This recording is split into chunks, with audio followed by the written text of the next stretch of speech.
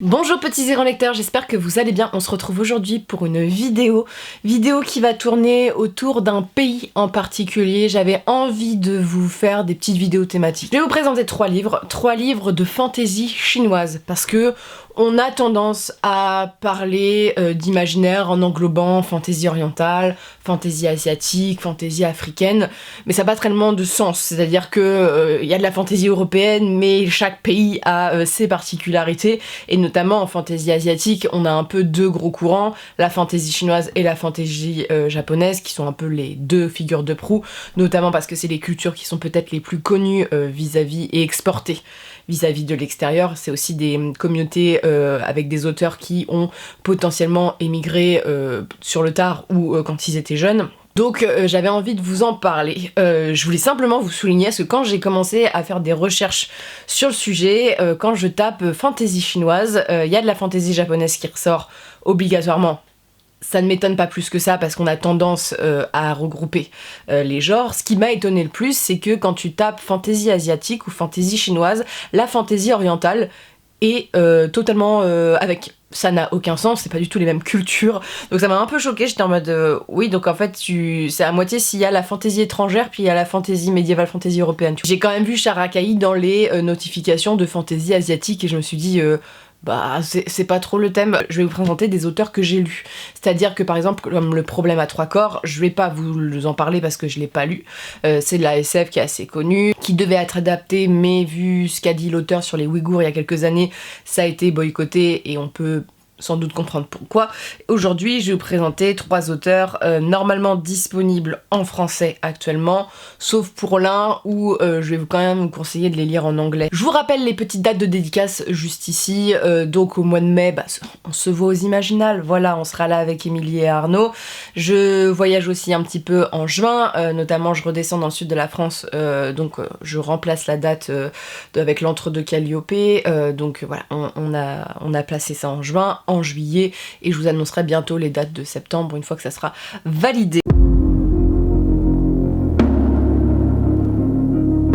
Une magie teintée de poison, donc de Judy E. Lin, donc chez Stardust, qui est une collection de la maison d'édition Hugo. Alors c'est totalement de la YA, donc on est vraiment dans ce délire adolescent avec les tropes qu'on retrouve habituellement, les jeunes hommes séduisants avec qui on a des relations amoureuses, la jeune fille qui se révèle beaucoup plus forte et importante qu'elle l'est habituellement, on va suivre sa petite initiation, dans le sens que souvent on va suivre ses premiers émois, ses premiers deuils, ses premières défaites, voilà, tout ce qui fait un petit peu un être humain. On a souvent des jeunes filles qui sont représentées, notamment par l'âge, elles sont souvent entre 16, 20 ans, voilà, on est sur ce carcan-là. Et dans celui-ci, dans Une magie teintée de poison, on est sur une petite particularité, c'est une fantaisie qui tourne autour du thé.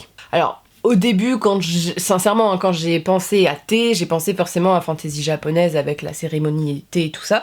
Et en fait, j'ai appris par ce livre qu'en Chine, le thé était aussi très présent au niveau culturel. Voilà, c'est quelque chose qui est prégnant dans la vie quotidienne des gens. Et dans ce texte-ci, vous allez retrouver des choses qui sont prégnante à la Chine.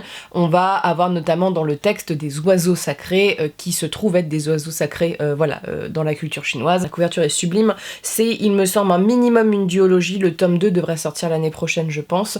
On est sur l'histoire de Ning. Ning, elle a vraiment pas une vie facile, dans le sens que un jour elle sert le thé à sa mère et à sa sœur, sauf que le thé qu'elle lui sert est empoisonné. Sa mère décède suite à cet empoisonnement, sachant que Ning a vu, quand elle a servi le thé, une sorte de petit serpent enfumé, voilà, juste au-dessus de la tasse. Elle s'est dit, il y a un truc, mais elle n'a pas vraiment osé le dire. Et malheureusement, sa mère décède et sa sœur est gravement malade. Ning, elle vit super mal la chose, c'est normal, elle a tué sa mère sans le faire exprès, et elle va tout faire pour sauver sa sœur. Elle va postuler à une sorte de concours qui est organisé par la royauté, l'empereur, sur la magie du Shenong. Le Shenong, en fait, c'est la magie du thé. C'est par le thé avoir quelques dons particuliers, ça peut être sauver des vies, mais ça peut être un peu plus spectaculaire. Et Ning, elle a été éduquée par sa mère, elle a ce truc, donc elle va essayer de postuler, elle va surtout essayer de demander à l'impératrice un remède, parce que l'impératrice aurait une sorte d'amulette immortelle, voilà. Et donc on va suivre son parcours au fur et à mesure dans des nombreuses épreuves d'une jeune fille qui vient d'un petit patelin paumé, d'une Chine un peu pauvre avec des parents aimants, qui va se confronter à la dureté de la cour où des gens sont entraînés depuis l'enfance à devenir Shenong, et ça va être avéré beaucoup plus difficile parce qu'elle va être au milieu de complots de cour très compliqués. On suit son parcours à elle, on suit le destin de la jeune impératrice qui est en présence, et on suit une sorte de révolutionnaire sexy boy si je peux dire, qu'elle va rencontrer au fur et à mesure de sa quête. Comme je vous dis, au sens, c'est vraiment une histoire de young adulte comme on a l'habitude de lire, mais la magie du thé et l'ambiance chinoise qu'il y a dans le texte fait la qualité, à mon sens, du texte, c'est-à-dire que au-delà des apitoiements amoureux, des oh mon dieu j'ai été piégée par le conseiller qui avait l'air un peu louche, il y a toute une explication de la culture, voilà, de ce monde imaginaire, cette magie par le thé, et Ning s'en sort toujours sur le fil du rasoir, c'est-à-dire que parfois par le scénario, parfois par ses dons, et vraiment c'est très beau, hein. On a des descriptions de palais avec ces beaux jardins, ces carpes qui sont dans les ruisseaux, on a aussi un peu ce que j'ai compris d'histoire chinoise, du moins les peuples rebelles qui se mettent qui remettent en cause le pouvoir de l'empereur, voilà, pour X et X raisons. Une île qui, c'est fait avec des gros sabots. En plus, l'autrice est née à Taïwan, mais l'île où se trouvent les révoltés, dont le chef des révoltés est une île qui appartient à ce royaume-là, mais qui est un peu indépendante et excentrée, qui essaye de renverser. Voilà. Dans le tome 1, on se doute bien qu'il va y avoir des trucs avec les révolutionnaires et les révoltés, c'est logique, et le personnage va sûrement changer de vision sur le pouvoir en place. C'est un roman qui est assez ouvert aussi sur plein de questions, notamment il me semble qu'il y a un couple LGBT dans le texte.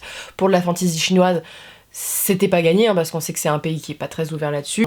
Le fait que je pense que l'autrice est partie à l'âge de 8 ans au Canada fait qu'il y a peut-être une grande liberté là-dessus. Ce poison que sa mère a ingurgité, en fait, c'est pas la seule, il a été disséminé un petit peu partout, donc c'est vraiment assez chouette, et je trouve que l'ambiance est assez réussie. Tu sens que c'est pas un contexte qui a été mis là pour donner un peu d'exotisme, comme ce qu'on peut avoir parfois, et je vois parfois avec des auteurs français qui écrivent de la fantasy japonaise, où en fait c'est pas du tout crédible, c'est des clichés.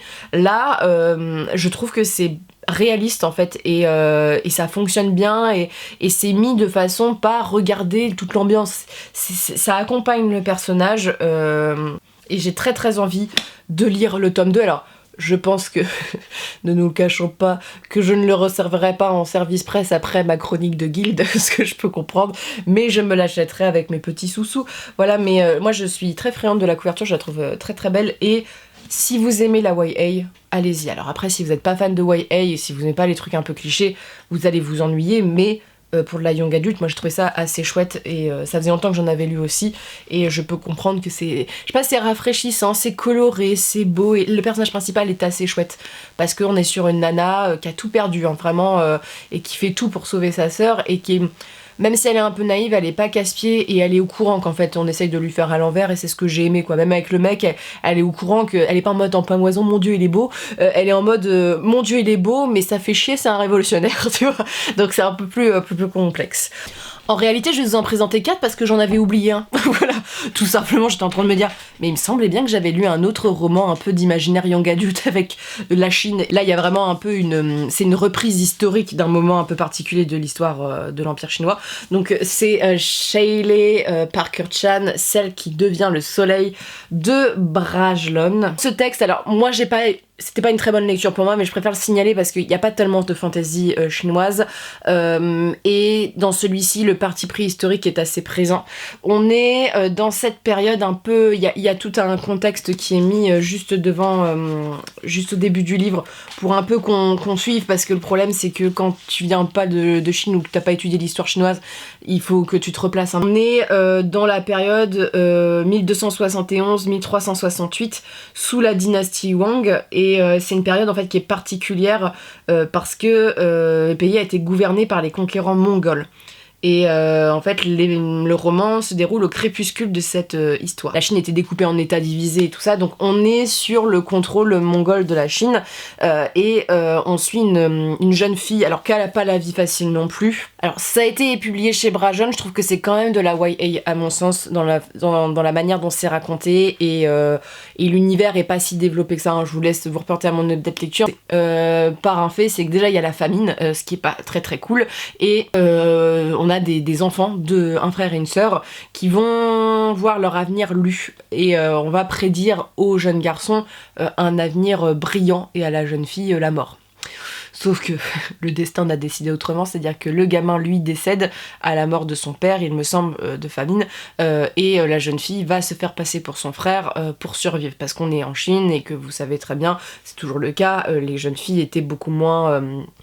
avaient beaucoup moins de chances de survivre, et c'était dangereux, quoi. Et la jeune femme décide de rentrer dans un monastère, pour devenir moine, et donc pour le coup ça va être un peu difficile vu sa nature féminine, et elle va tout faire pour survivre en fait. C'est vraiment survivre et accomplir ce destin. Sa vie va être bouleversée du moment où le monastère va être détruit, parce que le monastère a fait face à l'empire mongol, ils ont un peu aidé les révolutionnaires, et donc Zhu va tout faire pour rentrer un petit peu dans cette révolution. On est sur un texte qui questionne l'identité de genre, voilà, parce que la jeune fille, elle décide pour sa survie de prendre les habits de son frère, mais on voit que ça va au-delà de ça, c'est-à-dire qu'il y a toute une question identitaire dans le texte. C'est un roman qui parle aussi de la question de la femme en Chine, et on est sur aussi cette empreinte un peu historique. Alors ça reste de la YA, dans le sens que les batailles sont très peu décrites, c'est souvent très rapporté, c'est pas non plus creusé énormément au niveau de l'histoire, mais ça a la décence de présenter quelque chose qu'on n'a pas l'habitude de lire. Je sais que le texte est beaucoup plus apprécié en Angleterre, à ce que j'ai compris c'est plutôt à lire en anglais directement, parce que la traduction n'est pas ouf en français. Voilà, a priori, il y a même, je crois, des coupes et tout ça, de manipulation, de jeu de pouvoir et tout ça. C'est un livre que moi, je classe un peu dans les ambiances de Prieuré de l'Oranger. Dans le sens que c'est, voilà, un peu, c'est de la young adulte, et en même temps c'est queer, et en même temps ça parle un peu, ça a des sujets, en même temps on est plus sur les personnages que l'histoire en soi. Voilà, si je peux le comparer un peu à ça, on est un peu dans cette vibe du Prieuré de l'Oranger selon moi. Mais voilà, je vous en dirai pas plus, parce que moi j'ai pas passé une lecture super, parce que on m'avait vendu ça comme de la fantasy adulte, vu que c'est publié chez Brajon, et que moi ce que j'ai l'habitude de lire en fantasy adulte chinoise, c'est Ken Liu. Et Ken Liu, on n'est pas du tout sur la même chose, hein. La Grâce des Rois, donc c'est le premier livre de fantasy chinoise que j'ai lu, donc j'en suis au 2e tome, il me semble que c'est une trilogie, il faut que j'avance, je suis en retard.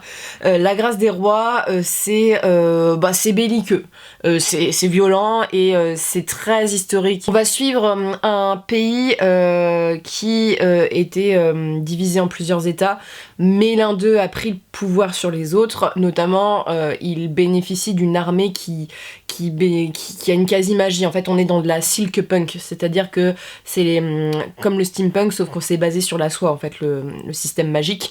Et donc c'est très original, et c'est ce qui fait la force du récit, même si c'est pas extrêmement exploité à mon sens. On va suivre 2 personnages dans ce sens-ci, parce que ce pays, il y a un empereur qui s'est mis... voilà, il y a un mec qui a décidé qu'il allait être empereur de tout le pays, et surtout, il écrase pas mal les gens. Il y a toute une dimension un peu de servage, dans le sens qu'il y a le peuple qui souffre des impôts et qui doit travailler, voilà, pour les puissants et tout ça. Et on a tous les clans déchus, anciens clans, qui sont un peu aussi maltraités par le royaume en place. On va suivre 2 personnages, un peu des frères d'âme.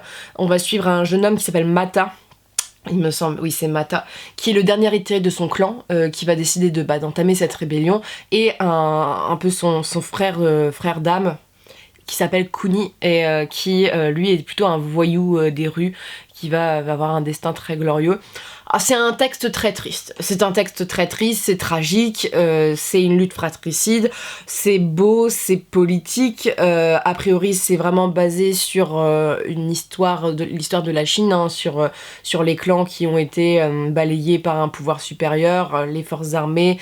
Là on est quand même sur des messages, même c'est très moderne dans le sens que on est sur une domination tyrannique, avec un peuple qui est effrayé, qui est soumis, dans dans le tome 2, on a même toute la réflexion vis-à-vis de l'école, de l'instauration de la culture. On est sur une reconstruction d'empire et des enjeux très politiques. Il faut aimer ce genre de fantasy, mais c'est assez plaisant à lire et assez intéressant parce que ça pose plein de questions. On a aussi le rôle des femmes qui est très présent dans le texte. Elles sont partenaires, traîtres, pivots de l'histoire, et dans le tome 2, elles sont encore plus présentes. On a toute cette magie qui est présentée, des personnages touchants. C'est vraiment, c'est une histoire d'amitié qui est très très belle. Voilà, moi j'ai vraiment apprécié ça. Ça parle aussi du pouvoir, de ce que ça implique sur ta transformation personnelle, des coûts que ça a d'organiser une révolution, que ça soit des coûts financiers, des coûts humains et des coûts psychologiques. Bref, c'est vraiment une grande saga militaire, politique, aussi psychologique sur les personnages. Parfois vous allez être très en colère contre les personnages, parfois vous allez voir parce qu'on a par exemple plusieurs femmes, parce qu'on est dans un régime assez polygame et tout, et il y a des histoires d'amour, on prend des femmes pour des raisons politiques et pas parce qu'on les aime et tout. Bref, c'est intéressant et c'est cruel, et c'est ce que j'aime. Voilà, c'est de la vraie fantasy pour adultes. Ça a remporté le prix Locus et ça a été finaliste du prix Nebula, qui font partie des plus grands prix qui sont décernés. Et c'est vrai que c'est une des figures de proue de la fantasy chinoise, et notamment c'est ce qui a instauré la Silk-Punk. Et pour ça, je vous laisse le découvrir. Mais sachez que c'est une grosse pavasse et qu'il faut digérer. Et enfin, et pas des moindres, je vous présente donc La Guerre du Pavot de R.F. Kuang. Donc c'est pour celui-ci où je mettais une petite réserve si vous lisez pas en anglais, parce qu'a priori la suite n'est pas prévue en français. Pour deux raisons. Ça a été un échec commercial malheureusement, et la deuxième raison, c'est qu'a priori l'autrice de toute manière ne voulait pas que continue la série pour cette raison. C'est-à-dire que moi j'ai la première édition qui est sortie où Rin est blanche comme un cul, alors que normalement dans le texte c'est bien marqué que Rin a la peau assez mate, et que c'est un enjeu du texte, c'est un enjeu raciste du texte, dans le sens que elle vit dans une contrée assez paumé de ce pseudo pays inspiré de la Chine, où c'est les paysans, c'est les gens qui sont au soleil, qui travaillent et donc qui ont la peau sombre, qui sont maltraités, mal jugés et qui subissent un racisme certain dans le texte. Donc voilà, il y a eu du whitewashing et c'est aussi pour cette raison-ci. On est sur un univers inspiré donc de la Chine par plusieurs biais, donc déjà par l'histoire a priori qui est assez inspirée des événements qu'ont subi le pays. On est sur un univers où la jeune Rin, elle a une vie très très difficile. Son oncle l'héberge parce qu'elle a plus de parents. Elle a donc son oncle, sa tante, et puis son neveu, parce qu'ils ont un enfant, et ils décident de marier Rin, qui est encore très jeune, à un vieux marchand, parce qu'ils veulent se débarrasser d'elle, elle coûte trop cher. Pour eux, elle sert à rien, parce que il y a aussi la politique de l'enfant unique dans le texte qui est mise en avant, et Rin, pour s'en sortir, décide de rentrer dans l'académie militaire de la capitale, et elle va tout faire pour. C'est-à-dire que c'est un concours qui est très très très difficile, et quand je vous dis très très difficile, c'est que les enfants des nobles familles s'entraînent à ce concours depuis quasiment ils sont en âge de parler, et Rin va prendre des cours avec l'aide d'un homme, un savant, mais quand je vous dis qu'elle s'entraîne, c'est-à-dire qu'elle se fait du mal pour rester éveillée et travailler. Il faut savoir que c'est un véritable récit de fantasy adulte où les personnages se font du mal à eux-mêmes et font du mal à autrui, qui est assez violent. On est dans un roman, on va dire qu'il y a quasiment 2 romans dans ce roman-ci. On a cette partie d'apprentissage de Rin, son enfance, les enjeux politiques du pays, l'académie militaire, la stratégie, ça fait quasiment young adulte avec de la violence en fait, parce que le texte, quand il se tape dessus, hein. Et Rin, moi ce que j'aime bien, c'est que quand ils combattent, elle s'en prend une raclée aussi de temps en temps, c'est pas du genre elle est super douée et tout. Elle est douée, mais elle bosse pour être douée, et ça a un contre-coup assez sérieux dans le texte, parce qu'on a des chamans, et Rin va s'avérer être une chamane, mais ça a un coup très très dur. Et dans la deuxième partie, on est quasiment 10 ans après, Rin est adulte, et elle est soldate, et on est vraiment dans la période de guerre. Dans le résumé, ils disent mi-roman de formation évoquant les meilleures pages d'Harry Potter, mi-épopée grimdark de fantasy militaire. C'est ça en fait, il y a un truc assez déconnant dans les parties pris du livre. Et ce livre est notamment très connu parce que, au-delà de sa violence physique et psychologique, c'est un des rares livres qui, notamment à la fin du tome 1, prend une décision narrative extrêmement choquante. Le personnage est extrêmement gris. Je pense qu'on ne peut pas faire plus gris dans le choix qui a été fait stratégiquement parlant. Rin, c'est un personnage, il faut savoir, qui a une vision de la guerre, comme on l'a enseigné. Elle est prête à sacrifier des troupes pour sauver le plus de troupes, tu vois. Et quand je vous dis qu'elle est prête à sacrifier, elle est prête à sacrifier. Pour ceux qui l'ont lu, ils savent bien de quoi je parle. Donc moi j'ai lu que les 2 premiers. Donc j'ai lu aussi The Dragon Republic en anglais, que j'ai adoré. Aussi, que j'ai trouvé même meilleur parce que c'est vraiment de la fantasy adulte, où on a plusieurs parties qui sont contre l'impératrice en place, et c'est de la politique, ça te renverse le cerveau parce que on change de bord. Il y a pas mal de personnages très importants, hein. C'est un récit qui va parler d'amour aussi, et la façon dont on en parle est hyper touchante. Moi est hyper touchante, et c'est le genre de bouquin où tu vois que c'est traité de façon adulte, et c'est tellement triste. Voilà, le tome 2, vous allez sortir aussi les mouchoirs, pour le coup. Mais ça parle aussi de la fantaisie chinoise par ces thématiques-ci. Il y a aussi le chamanisme, hein, qui est assez présent, et la religion dans le texte, et surtout l'opium, où on va parler en fait du commerce de l'opium, parce que les chamans, et notamment Rin, est accro à ça pour survivre, du moins. Même dans le tome 2, c'est tout un enjeu où, au-delà de subir, on va dire, tout ce qui est ses compétences chamanes, c'est un moyen d'endormir toutes ses responsabilités, c'est un moyen elle devient accro pour éviter de se confronter à la réalité. On en parle beaucoup de l'addiction dans le 2e, et c'est ce que j'avais beaucoup aimé. Donc ça parle aussi des clans. On retrouve toujours dans la fantasy chinoise une multitude de clans qui se rebellent contre le pouvoir impérial qui est hyper dominateur. Ça va parler de la censure, ça va parler de la violence, ça va parler des machineries militaires. Il y a pas mal de batailles navales, il me semble, dans le tome 2. Et au-delà de ça, là, on a tout le point de vue sur l'opium.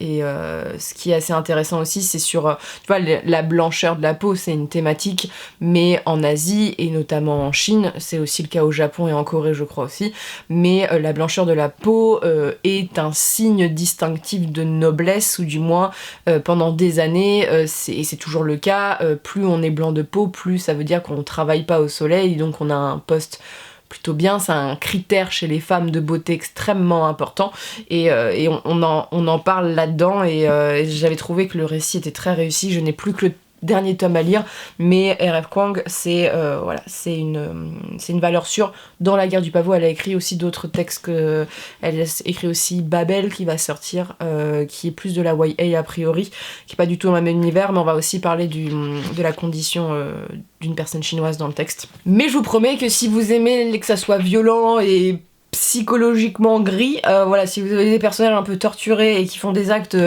il faut assumer. Moi, je pense forcément à ce livre-là, et j'aime beaucoup même l'univers, les personnages, la dimension politique, c'est très réussi. N'hésitez pas à me recommander des livres de fantasy chinoise. Alors, je connais le problème à 3 corps, c'est dans ma liste des livres que j'ai à lire. Il y a notamment une personne à Trolls et Légendes, un jeune homme qui m'a expliqué que c'était vraiment un chef-d'œuvre, et qui m'a rassuré sur le contexte de SF. Après, il est ingénieur, donc on n'a pas le même niveau dans les sciences, mais je pense que je vais m'y lancer un jour ou l'autre, parce que ça fait partie des livres qui me donnent envie. Mais si vous avez d'autres recommandations de fantasy chinoise, je serais très contente, parce que c'est un genre dans lequel j'aime bien évoluer, et c'est une culture que je connais assez peu, hein. J'ai baigné dans la culture plutôt japonaise de par mes goûts quand j'étais ado. C'est vrai que la culture chinoise, je m'y connais un peu moins, et ça me permet d'apprendre pas mal de choses sur cette culture présente. Sur ce, je vous souhaite de très bonnes lectures, une très bonne journée, et on se retrouve bientôt pour une prochaine vidéo.